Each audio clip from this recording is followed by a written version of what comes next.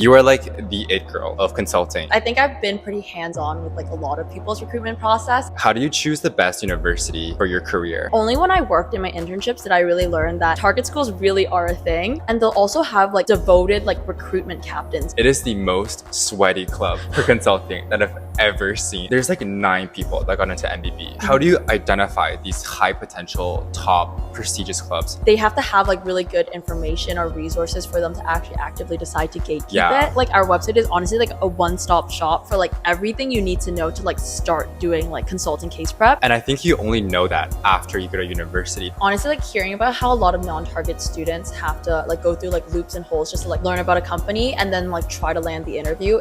He actually told me he spent 400 hours casing. Like these 10 people basically get confirmed interviews at like I believe 6 firms. So they're literally buying interviews? You're kind of buying interviews. Oh my. Honestly, it's like about starting early. Like never give up. Yeah, don't give up. You can still get on. Yes.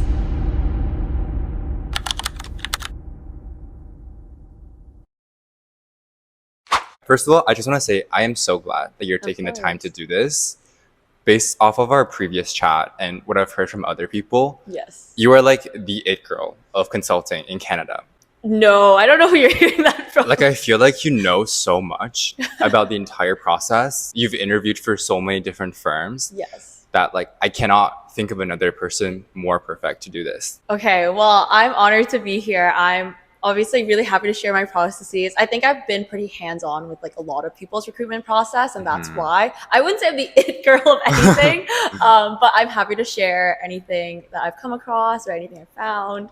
Okay, so there's going to be 3 parts to our entire episode today. Okay. Part 1 is going to be choosing the best university for consulting, as well as student clubs and extracurricular activities. Part 2 is going to be the internships that you've had in university. So Leland, EY, and Oliver Wyman. Yes. And then finally, part 3 is going to be about consulting recruitment, the ins and outs, industry trends, and some crazy stories. Yeah, but to get started, why don't you tell us a bit about yourself? Of course. Well, my name is Karen, and I'm currently I guess I'm not third year anymore, but an incoming 4th year student at Queen's University. A little bit about my background. I guess you've mentioned I've interned previously in a lot of like CPG companies. Currently, I work in management consulting at Oliver Wyman. What kind of person were you like in high school? I was very shy actually in high school, and I was quite introverted versus like now in university. Like I think if you ask any of my friends, I'm probably like one of the biggest yappers that they know, which I think you can tell through the course of this, but I'm a very big yapper. And I think that was only a result of like coming to Queens and like meeting the people that I have. We've had this chat before, but I did not know about consulting coming into university. And I don't think I even learned about it until like the end of 1st year, beginning of 2nd year, which I think is like quite late. I like even now in 3rd year, I have like people who just got their like Queen's University offer and like they reach out to me like, I'm so interested in consulting. Like I really want to break into this industry. I'm like, you're literally a child. Like you're 18 years old. Like 17. Oh, basically. damn. Like I have people reaching out to me where they like just applied to Queen's University and they're like, hey Karen, like I just applied to Queen's University. I really hope I get in. I'm so interested in consulting. And these are like people who are like not even done grade 12 yet. And I'm like, I never heard about this industry. Like I just wanted to like do marketing when I was in high school. And like knowing marketing for me felt like I was like already ahead of the crowd, but I was clearly not. Yeah, no, same. I was actually like so clueless when I came to university. I had no idea about all these industries. But sometimes I think these days people are so ahead of the curve sometimes. So ahead. Like this one guy like messaged me on LinkedIn. I was like, I'm going to U of T and my dream firm is BCG. Like what are the steps that I need to like get there in 3rd year? I'm like, like I feel like you're halfway there already. I know. You're already reaching out and you're on LinkedIn. I didn't even have LinkedIn until like my 1st year of university.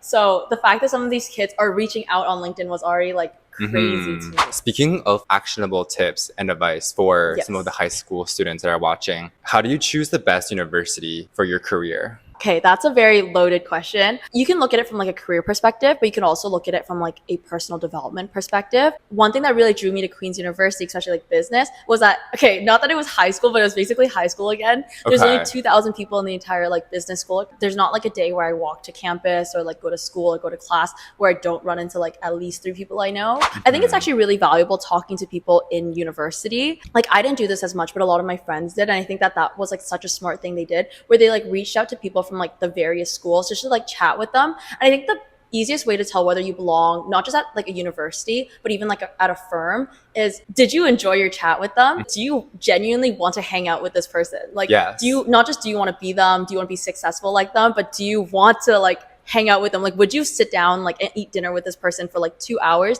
to talk? And if you find that as you're speaking to different people, you're like, I really don't like this person, or I really like do not like, I would not hang out with this person besides this 30-minute chat that I just had, maybe it goes to show that beyond just that person, like maybe that school's not the rightest fit. So that's like the personal development aspects. Yeah. What about the career aspects? How should you choose the best university based on your career interests? I think it's really about multiple things. I think the biggest thing is, given you know your career interests already, but I would say like don't pigeonhole yourself. Like I thought I really wanted to do marketing. Yeah. And like Queens is a great school for marketing, but don't pigeonhole yourself. Like don't choose your school solely because of like, I want to become an accountant. Because like what if you start and you meet an accountant and you don't want to do accounting anymore? Yeah. I think like choose a school based off like the opportunities that I'll have, but also choose a school based off like, hey, what are you most interested in? I think it's based off of multiple things, like how good a school is. We talked a little bit about target schools, but certain like Canadian universities are target schools for certain industries. I've heard U of T is like a funnel into Big Four accounting, versus like I've heard like Western Ivy is like amazing for like breaking into like high finance. And then like Queen's University is like really good for consulting and like a little bit of finance. And so I think like each school has their own like particular niche. And so it's like on you to sort of explore what those niches are. And I think like the biggest way to find that out is like a factor of two things. First is the club environment or the club cultures. Like I think if you go and you see like, hey, this school has a really prestigious, like for example, Western has this really prestigious investment club. And I think that goes to show like, hey, if they have such a prestigious investment club, they probably are very good for finance. Yes. Whereas like Queens has a lot of consulting clubs. So maybe Queens is great for consulting. Every school will have their own like niche for clubs. I think another component is like taking a look at the alumni, because I think the biggest component of like breaking into any industry is like having the basis for it. And if like historically people from like Western always went into like Goldman Sachs or like Moelis or like Evercore, then I think it's like a pretty good example of like the alumni like kind of paving the path for the future. And so like if you have a particular, I guess like this kid who really wants to get into BCG, like if you have a particular company that you're really interested in and you find that historically they always like hire from this school, it's very likely that they're either a target school or their alumni really help their students to like land these jobs or like get into this company. Yeah, that definitely makes so much sense. And I think you only know that after you go to university, that you discover all of these things. Like in high school, I think very, very few people have any idea of how the world of recruitment works. And like, I agree. And the waters are kind of deep. Yeah, you can really get entrenched into everything. I think it like, honestly, it takes a lot of like personal like research and like a lot of like personal exploration to really find these out, because even when you're actually in university, you can't find this like, you don't know about like where the alumni typically go until you like actually like talk around. Like if you just like entered a university and like just went about your day, like you actually have to like personally actively try to like find out this information to actually know all this stuff. For sure, especially because I think a lot of people in these different recruitment clubs are also a little bit secretive and kind of gatekeeping highly secretive a lot of this information. That's why I think that like clubs are also so great, because beyond the gatekeeping component, but it also just goes to show like they have something to gatekeep, right? And so like they have to have like really good information or resources for them to actually actively decide to gatekeep it. That's why I think like clubs are so strong. Like for example, like WIC is such a strong pipeline into like investment banking solely for the reason of them having so many resources. I'm on a few of like the consulting clubs at Queens, and as a result, like I can definitely say that having like the whole alumni background and like the internal resources in the club is what makes that club so good. So I think it is a big motivator of those clubs to kind of keep it internal. For sure. Speaking on this topic, I didn't know this at all in high school, but what are target schools and non-target schools for recruitment? Yes, this is a great question. So I think it's exactly how it sounds, but each firm will have like specific schools that they really like to recruit from.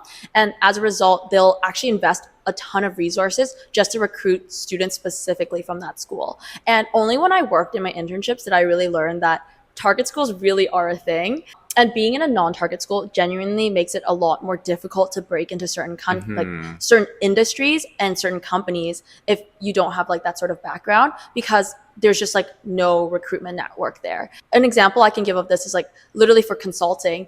These firms, like I think your MBB, your Big Four, Oliver Wyman, Kearney, like these firms all invest resources to like send their current consultants to go to these schools and meet students and try to get them to apply. And they'll also have like devoted like recruitment captains who are like full-time employees at these firms where they're like not their whole job, but they're mainly responsible Yes. for like hiring like students from like Queen's University or U of T. These firms like target these schools so much that like they'll set up like maybe like a certain amount of interviews that go towards the school. And if you're like from a non-target school, you will not even learn about these companies because I don't know, me personally, I never knew that Oliver Wyman existed until they came to like Queen's University and I learned about them. But if I'm like a random like UBC student and Oliver Wyman, MBB never visited my school, I would never know about them to begin with. And that's why it makes it so much more difficult for students who are in non-target schools because one, they'll never even like learn about these industries or these companies because they don't devote resources to actually go there. But two, even after they've discovered these like industries or these people, they have no one to talk to because Oliver Wyman's not going to like UBC to sort of like talk to students. How are they going to find out more about what the recruitment process is like, what the timelines are like? And so it makes it like abundantly more difficult for like non-target schools to try to break into these industries. I heard something even like more crazy for finance, which is that sometimes they have dedicated spots for different schools. So for example, if there's 10 interns that they're going to hire for the summer, I think they have a quota for how many people they want to take from each school. So like, for example, 2 from Queens, 2 from Western, or, 2 from U of T. And then the rest, like there's probably only like 3 left for all of these other non-target schools to compete for. Honestly, I believe that. I really do believe that. In a lot of my past internship experiences, it's really funny because, for example, when I worked at Pepsi, everyone was either from, like, at least in the marketing team, everyone was either from Queen's University or Laurier. And literally, I would say, like, the whole marketing team was, like, split 50-50. And, like, very rarely you'll find, like, someone from Western or someone from U of T. And, like, these were, like, complete outliers. And especially in, like, the OW office, like, we actually can count the number of UBC students that are at the firm in like the Toronto Oliver Wyman, which I think is 2 people. Why do you think that happens? Like, why do you think these firms prefer students from a certain target school? And it's like everybody's not on a even playing ground if you think about it like that. No, definitely not. Like, I don't think it's fair at all. Like, I've had a lot of my UBC friends actually tell me who like try to go into consulting that they need to do like significantly more cases because not only do they have to like meet the bar of all these other schools, which don't get me wrong, like I don't think that's too terribly difficult, but they need to like double or significantly exceed them. And so like, for example, I have a friend from UBC that is in consulting and he did over like 140 cases. And he was just like, I had to at least do 100, which is actually insane. Cause like, I don't think you'll find many Queen students who do even like 60 and above cases. That is crazy. 100 is a lot of cases. That's like probably like 200 hours of casing. So 150, that's like 300 hours. Oh yeah, probably 300 hours. He actually told me he spent 400 hours casing. So oh damn. So like when you think about it, they like are competing against so much because like I think the thought of it is like, hey, this kid is so good, but he's just as good as like any other like Western student. Why don't we just hire a Western student instead? Because I think the reason why they may hire from these schools is like, again, a factor of 2 things. I think one is like proven pipeline. Proven pipeline of like, oh, historically, like these students all meet a certain like degree of excellence in terms of like skills, training. So it's like status quo kind of. I think status quo, like people really like the Western like casing, like the case model of the classrooms. And that could be like a reason why a lot of employers prefer like Western students because of the way they do that. But I think too, it's also like a meshing of culture, if you will. Again, like I said, each school has like a personality. That is so true. Like I find that when I worked at Pepsi, like everyone had very similar interests, very similar goals. I don't want to say similar personalities, but they all got along Same together. Bitch, different font. Kind of like that. Like they basically all got along really well as friends. Like which is like, I think it's great. Like you should always make friends at any workplace, but they like will do yoga together on like Saturday morning.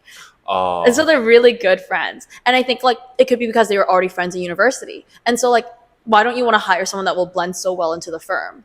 Right. Because they only really look for 2 things, how competent and they are and how good of a fit. culture fit. Yeah, And if you're from the exactly. same school, it's so much easier to just build that bond in the interviews and networking. Yeah, and the chances are too, like a lot of like I know I mentioned like recruitment captains and such like that. Like recruitment captains also used to go to these schools, and so the odds are Yeah. that they know the incoming people who are applying that are like their friends or people they met through like their clubs. Like they can like help their friends, and so Mhm. it also like kind of helps a lot too to kind of break into these Yeah. firms. So now it is the way it is today, this recruitment landscape. Yeah, Yeah. I think it is a figment of like or a Okay. byproduct of everything. So if I'm being honest, most people in this world do not go to a target school. Yes. There are so many universities out there, but only so few target schools. Yeah. So I wanted to ask you, what are the main advantages of being in a target school? I think there's a lot of advantages.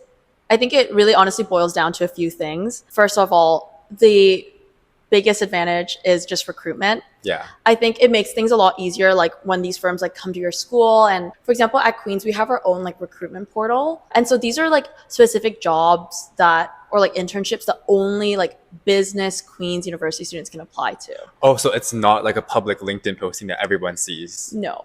Oh. And like a lot of times these firms will only like a lot of firms will only run cycles specifically for that school. Like for example, like BCG only runs accelerated summer recruitment, at least the Toronto office, for I think like Queens and Western students during the summer. Mhm. Everyone else goes later. And there's a huge advantage of going first because Mhm. there's only like so many spots to be filled. If they fill the spots first, for example, there's 10 spots and all the Queens and Western people run first and they hire 6 people. Now there's 4 spots left for the rest of the schools. Mhm. Right? So there's a huge advantage for like going first. And I think that's one of the key advantages of being these schools. Like it really does help with recruitment, not even in the sense of like our own portal or like all of these like specific recruitment cycles, Yeah. but there's also a like Literally like first mover advantage. definitely kind of. first mover advantage. That's a Yeah. good way to put it. And also beyond that, again, I'm going back to the point of like alumni. They're so helpful. Like they can give you job referrals, which helps you get the interview. Because I think the biggest barrier to like landing a job is getting the interview. Yeah. And so like if you have like a stream of alumni who will be your friends, who will give you referrals, who will let you like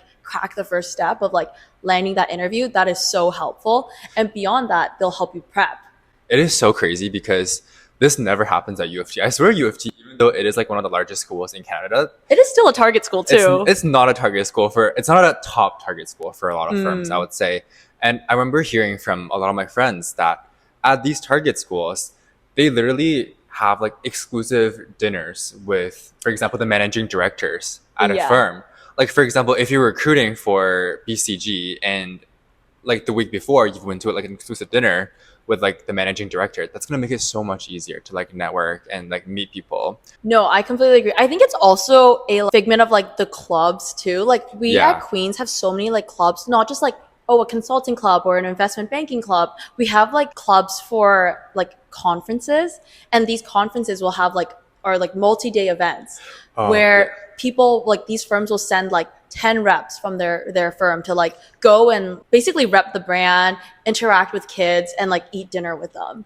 And so like these like firms are really trying to like sell an image to students. Mhm. And so like there's so many like specific events. Like another big thing too is like firm days. So to my understanding, not a lot of schools have firm days. I don't know if U of T has them, but Yeah, what is a firm day? so a firm day is essentially when, and it's like very school specific, but essentially like a firm will put out an application to like everyone who's at that school that they can apply, and they'll select maybe like 30 students, and they'll personally like pay to like rent a bus and like send all these students to go to their office, to visit their office, give them an office tour, show them a day in the life, basically let them meet consultants and like just basically pre-screen the students Yeah. way before the actual recruitment process happens. And they're kind of like, again, selling that image, trying to get like students to apply and like really trying to like force their brand onto students just to like let them know like, hey, what is consulting? Like, hey, what does this firm do? Here are all the special like offerings we have. Here's all like the benefits that we have if you worked for our firm. And these are like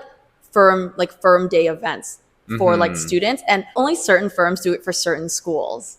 And so that's the advantage, again, of being a target versus non-target school, because if you're a target school, you'll have these firm days versus if you're a non-target school, you will not have a firm day. You just get so many more like Yeah. access to resources and like No.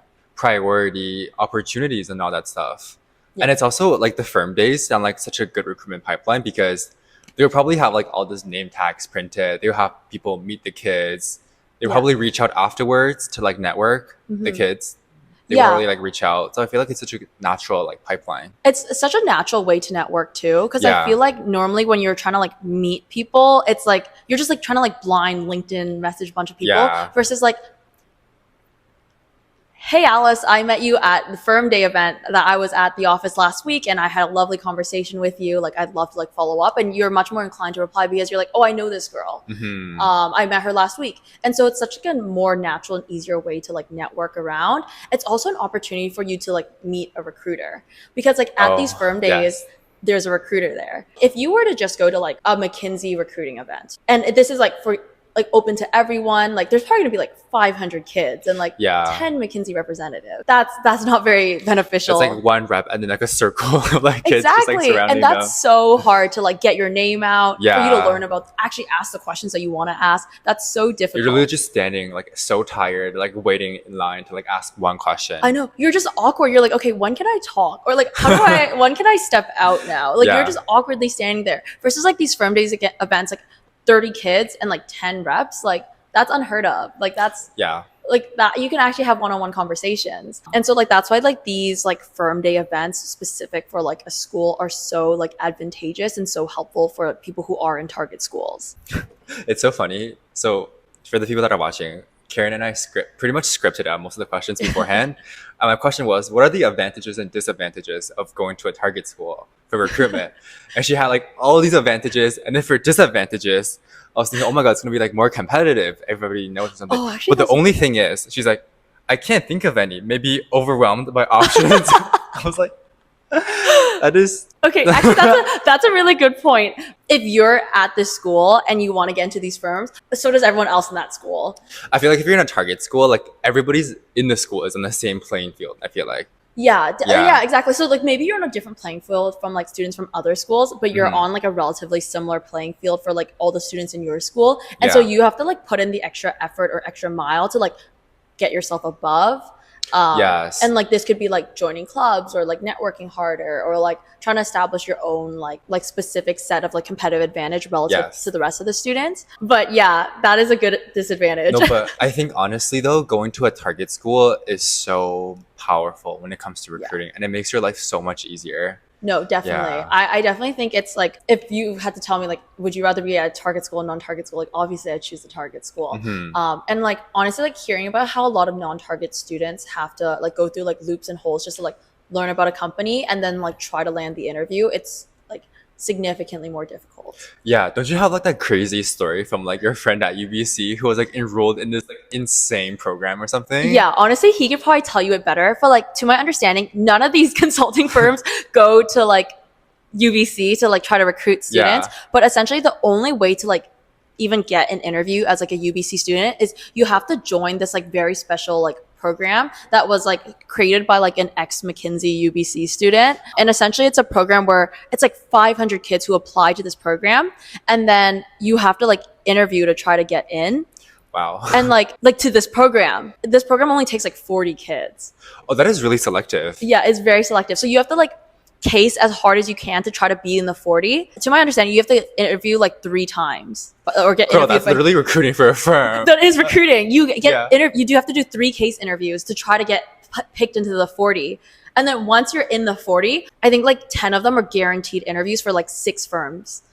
Oh. Yeah, and so Wait, like how does that work? so essentially the program will like reach out to all the firms, and then the firms will like confirm that like, hey, we'll give your students spot. Basically what these firms are agreeing to is like, if they accept these students and like these 10 students that the program picks out, these firms have to give these students interviews. And so like, for example, like if Bain that year agrees to like the program, they will be guaranteed like these 10 students to be interviewed. They don't even know who they are. They haven't met them. They'll just guarantee these spots to these students because like this program has been such like a historical like pipeline for these firms to hire from UBC. But to be in the top 40, you have to like interview to get in, but you actually have to pay to, once you get in, you Hey, have, who? like the program. Oh, Yeah, okay. like the program costs money to be in. It costs like $500, I think, to like even get a shot at getting an interview. Oh, wait, $500 just to get into that program? Yeah, you got to interview, and then Yeah. you got to get in the program, and then you're paying $500 for a chance to be one of the 10 people that get an interview. Wait, but that is so interesting though, because if they already like passed through all those like case interviews to get in, wouldn't they be pretty good already? Like, what is this program offering them?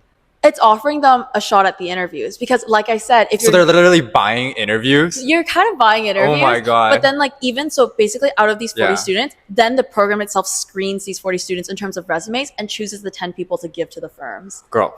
Yeah. Screened again. Yeah, you get screened again. Oh my But God. in the program, you basically have like people to case prep with. Right. It's like these 40 people case prep amongst themselves. They have like a bunch of like alumni and resources for them to like actually like case to get in. But you have to case to get into the program first. Yeah. And then once you're in the program, like they give you basically a timeline. They Yeah. like set out like 4 months in advance or like 8 months in advance, you need to start casing. You need to do 10 cases a week.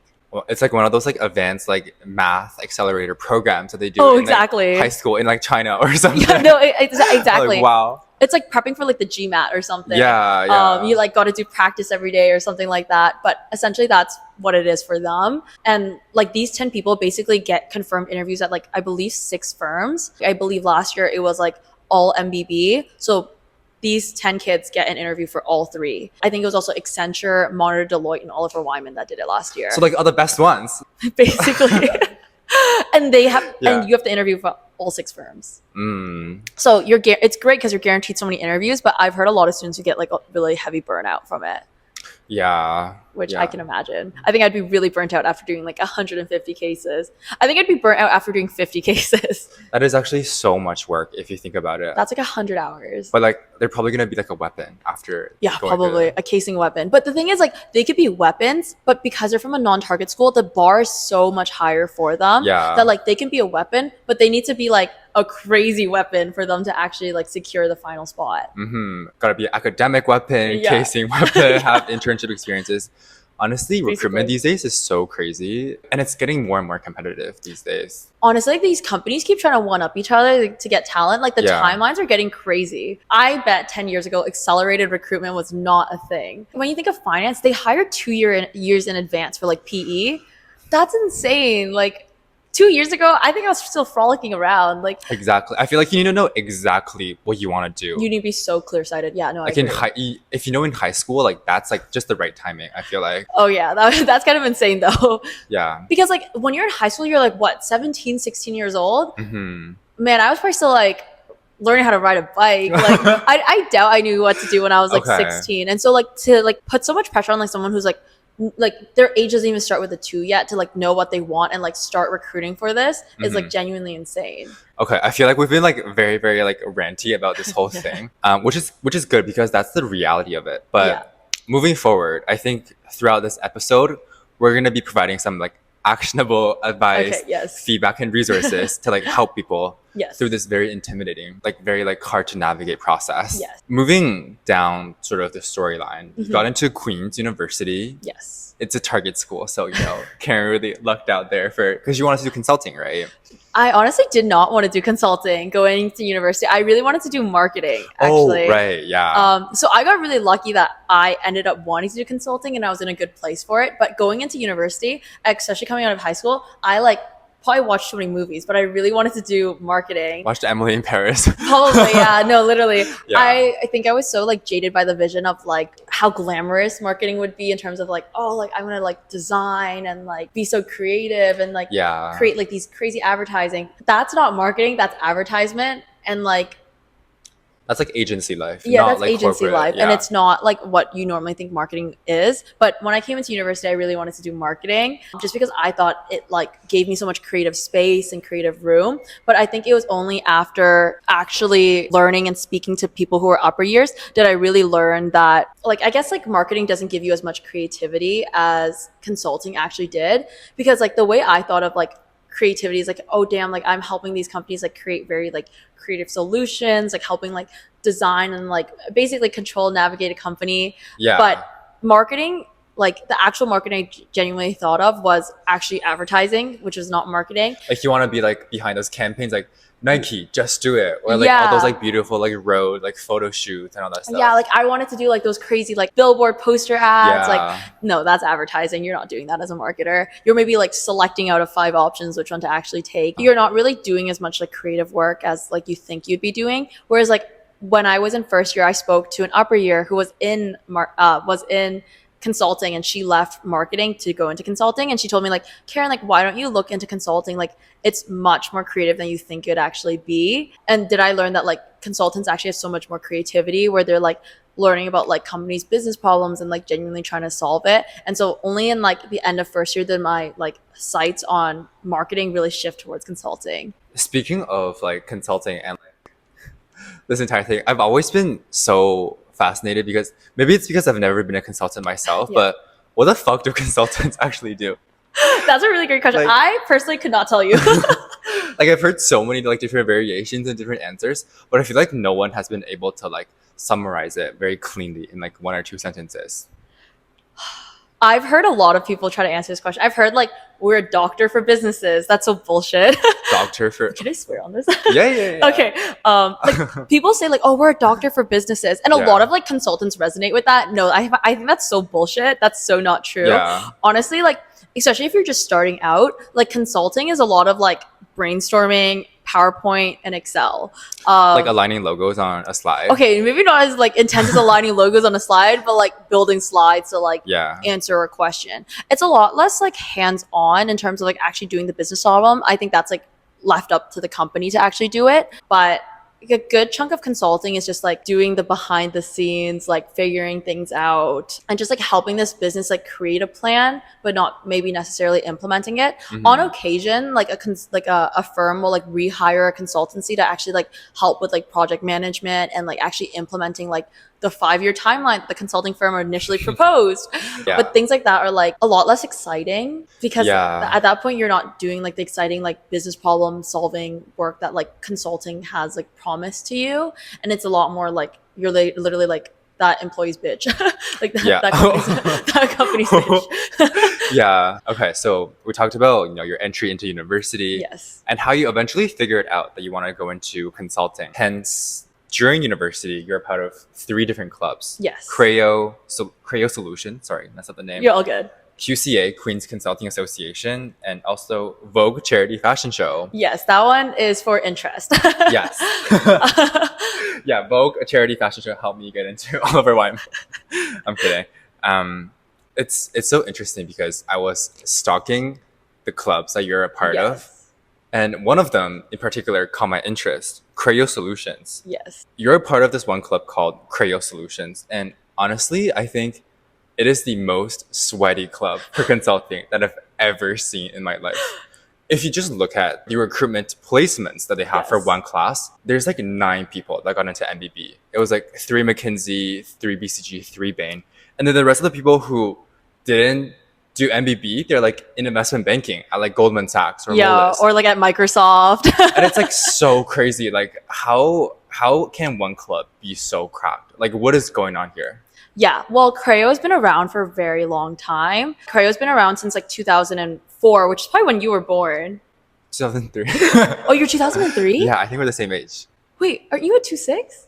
No, I'm 2.5. You're a 2.5? Yeah. Oh, okay, good to know. Okay, Yeah. well, okay, so it's been around since 2004, which would have been 20 years at this point. Yeah. But we have like a really long stream of alumni, a lot of internal resources. It's like the Ivy League of clubs, probably. Oh, okay, I wouldn't go that far, but it's a really strong pipeline for a Mhm.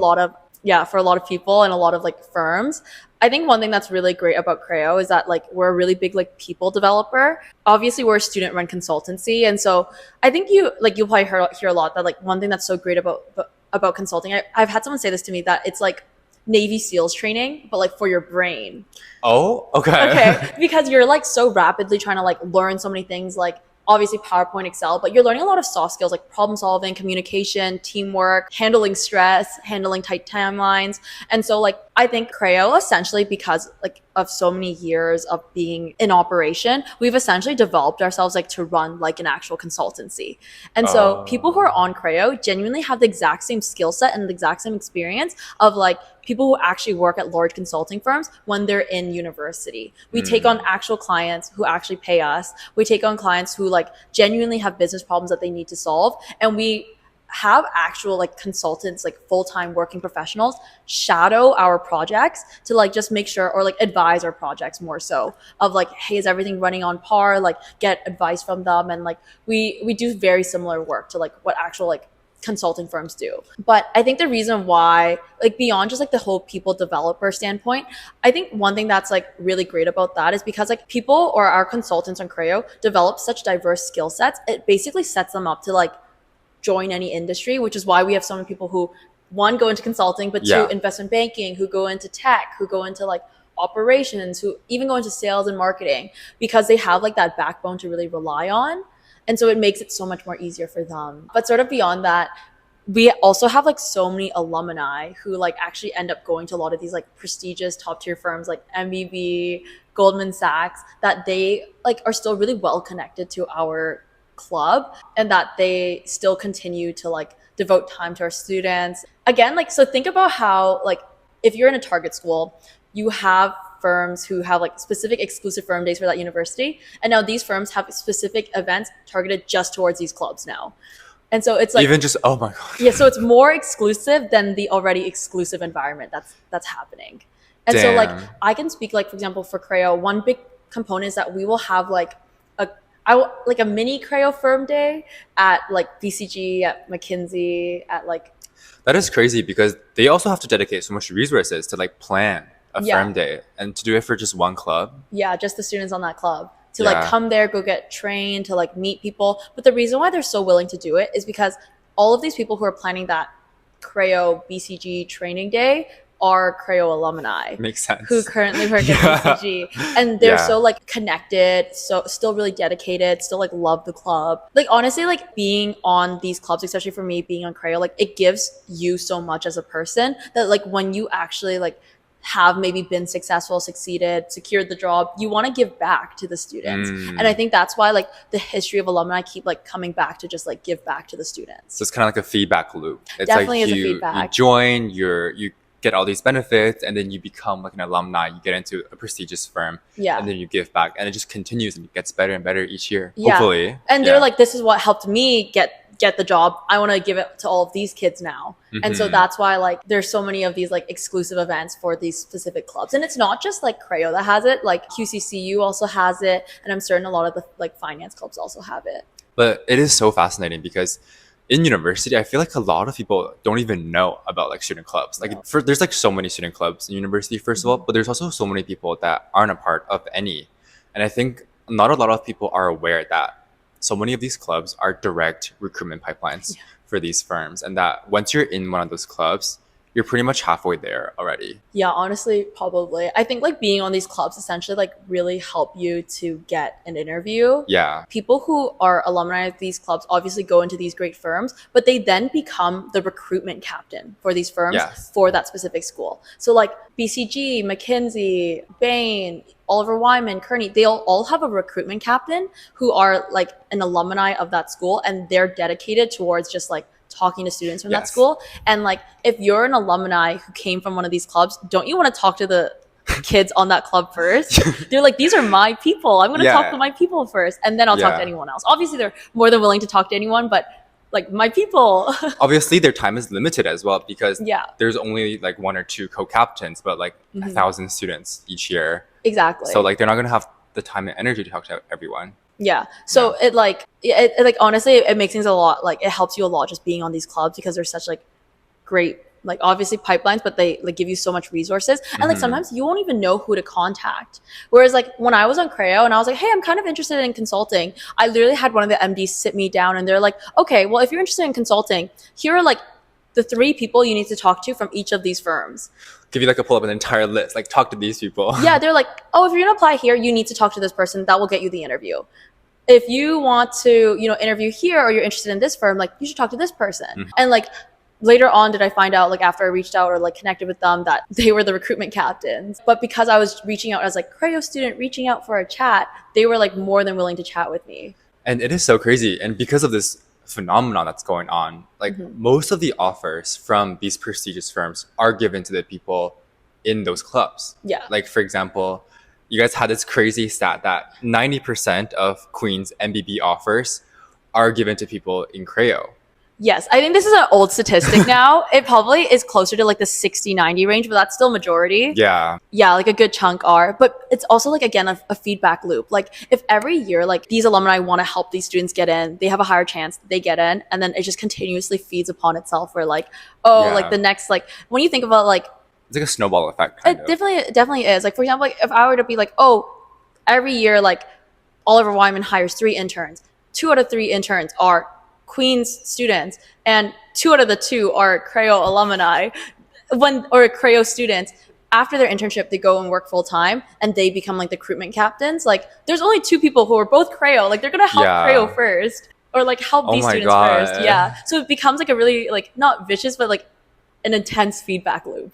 And it's like for the outsiders who are trying to get in, it's like 10 times more difficult because you're not a part of that inner circle, and it's hard to, especially when there's a quota and a limit to how many people can get recruited. Exactly. And so like to really like crack the code is to get into these clubs. And I'm certain that's definitely the case for finance. Definitely the case, but sometimes these clubs are also so selective as well. Yeah, honestly. If you think about it, these clubs are kind of like the program that your friend at UBC did. If you think of, you don't have to pay, but it's kind of similar in that you have to go through rounds of interviews and you get training afterwards. Actually, yeah, you're actually very correct. Creo actually has 2 rounds of interviews. Typically, we have an acceptance rate of around 6 to 7%. Okay, that's higher than MBB, but like, still like very selective. That's like more selective than like university entry.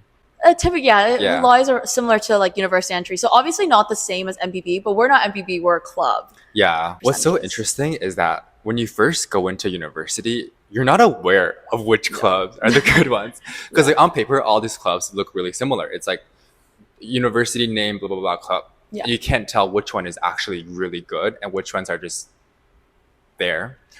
Yeah. Sometimes people get really lucky and they choose the right club. But a lot of people aren't even aware of which club is like the best one in their school for example, MBB recruitment.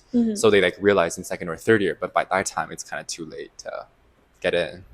Yeah, honestly, it's like about starting early. Like to get in, like I can say this from like the hiring perspective of like being on Creo, that like the bar is much higher if you're trying to get into Creo past first year. Yeah. Or like into a lot of these clubs, because like we've already hired, there's probably significantly less amount of like positions available. But like it's just like you need to like be at a certain level, like because you missed 1 year of like training. What did you do in that 1 year when you weren't on this club to like be up to par to everyone else who's already on this club?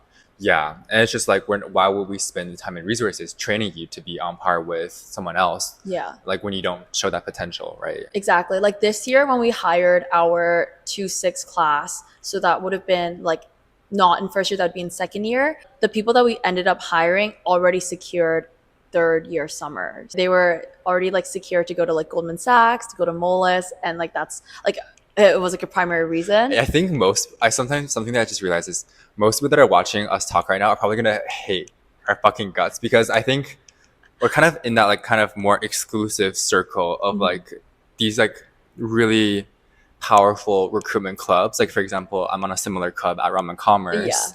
So it's like I think like this is really good advice for people that are going into university or maybe in first and second year. Yeah.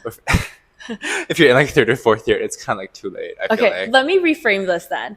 Yeah. I think that there's still the possibility of like breaking into these firms if you are on these clubs. But if you aren't on these clubs, like here are ways that like maybe you're a little later to the pipeline. Maybe you only discovered you wanted to do consulting at the end of second year. I have a lot of friends like that. What can I do to get onto these clubs if I missed March hiring in first year? And now I'm a second year trying to get onto these clubs. I think there's still a good way to like position yourself. First of which is like you can still land a competitive internship without being on these clubs. What you do in your second year summer is not like does not hinge on like what ECs you have in like first and second year. If you think about like second semester first year and first semester second year, like skill level, they're not that different. Everyone's like almost on an even playing ground.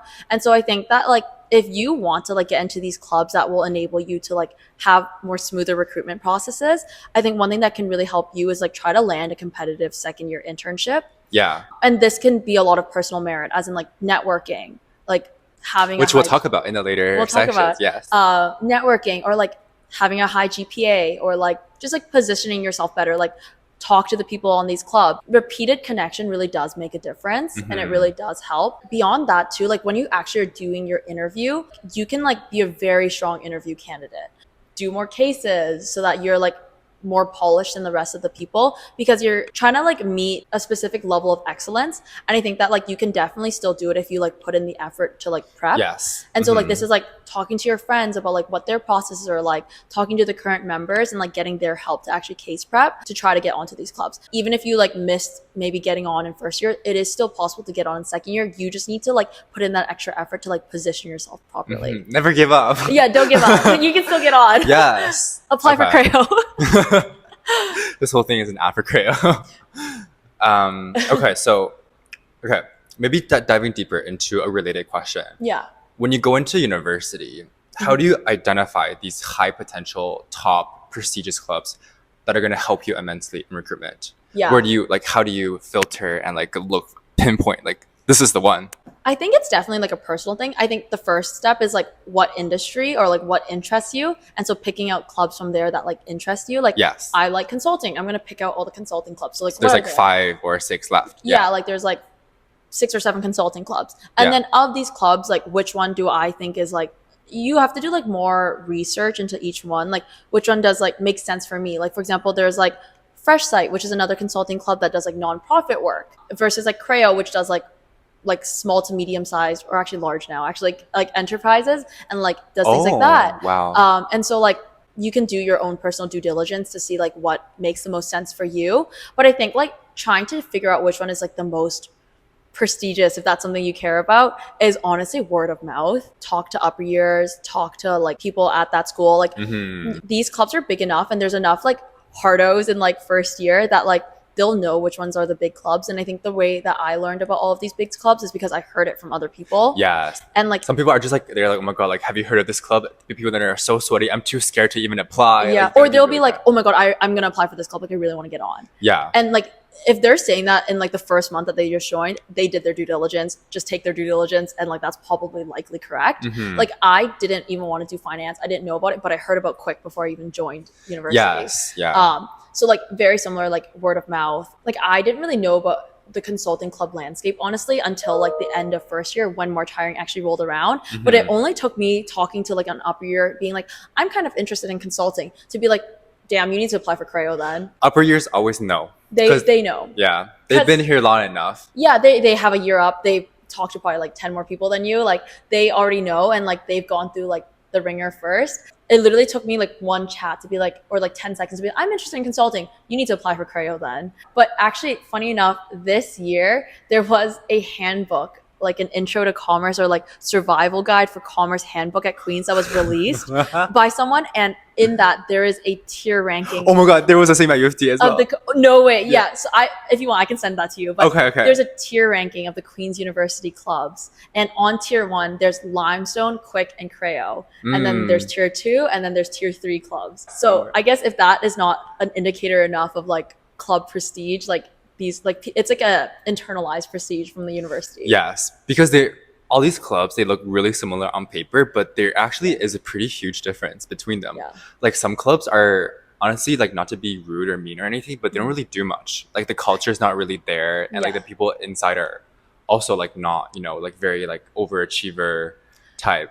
Whereas some clubs, the culture and the people are just so different, and and it's so like more tight knit. One other thing that I will say that can easily help you identify which club is a top club is go on their social media and look at their following count and recruitment placements. Yes. All the logos are there. If they have good placements, they will flex. They'll know. You'll know. You will know. If you can't find a placement, that's probably a pretty good indicator too. Red flag. Another really good way of telling how prestigious a club is how long has this club been running. Yes. Because like if the reason why like some of these like newer or smaller clubs aren't so as successful in getting their like they can't gain traction. Can't gain traction or like can't get their members through like the recruitment pipeline is likely because like if a club is like 1 year old, what alumni do you have? Let's be real. But also beyond that, like they're probably still finding their own footing to like run as a club. Yeah. So like if you're a new like student run consultancy and like you don't have anyone who previously worked in consulting or you don't really have that backbone, you're kind of just like like still trial and error on like how do I operate as a club. Never mind trying to develop your members and shove them through the recruitment pipeline. You're trying to just figure out how to run the club. Exactly.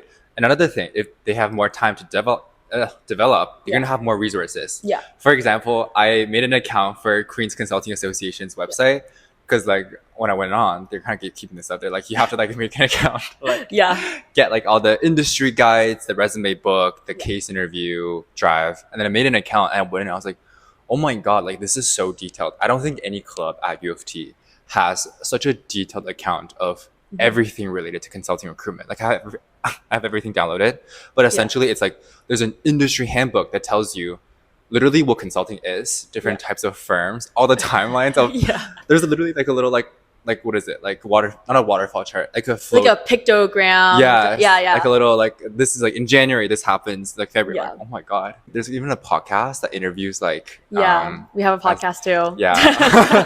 Although that one's more private, I would say. And then we also have like there's also like we conduct surveys every year of like anyone who's in consulting in that particular year, and it'll tell you a breakdown of like how many cases like 20% of people did, or like it'll tell you like how to get interviews, or like it's like a really detailed breakdown on like everyone who's in consulting in that year, and we do the survey every year. And like market research. Like what did they do to get in? And so like one thing that's really good about that is it reflects the most recent trends in recruitment. Like it'll tell you like when did they start recruiting, and you'll see if you look back to like 2021, 2022, 2023, like the different survey results and like the whole handbook is that every year when people start casing is getting earlier and earlier. And timelines also like change all the time, right? You're able to put the three together, and you'll find out that like this year versus last year, the recruitment timeline is the same, but from the year before, it's 2 years in advance. Or sorry, 2 weeks in advance. 2 years. 2 years is crazy. Sorry, 2 weeks ahead of the normal timeline. And so you can actually like take all these resources and like compare them side by side to like actually like so good learn all of this stuff. I really appreciate QCA because I think like our website is honestly like a one-stop shop for like everything you need to know to like start doing like consulting case prep. Because I think the biggest barrier to like breaking into the like consulting industry is like actually just like starting case prep. And like QCA is so good because it's essentially a website that like has everything on it. Like you said, industry guides, interview guides, how do you case? If you wanted to case, like what case books should you look at? Case books? They have so many good case books. I didn't know this until I started prepping last summer, but you gotta pay money for like some of these case books. I'm like, why are they like $100 for like a 100-page PDF? Like what is going on here? But luckily there's like you guys have like free case books. QCA has our own case books that we have for free if you make an account on our website and like look at everything there. But we'll also refer you to a link to like get other case books like Kellogg 2012 and it's all linked on the website, and we'll link you to the free version. Which is so good. Okay. That's pretty much it for video number 1.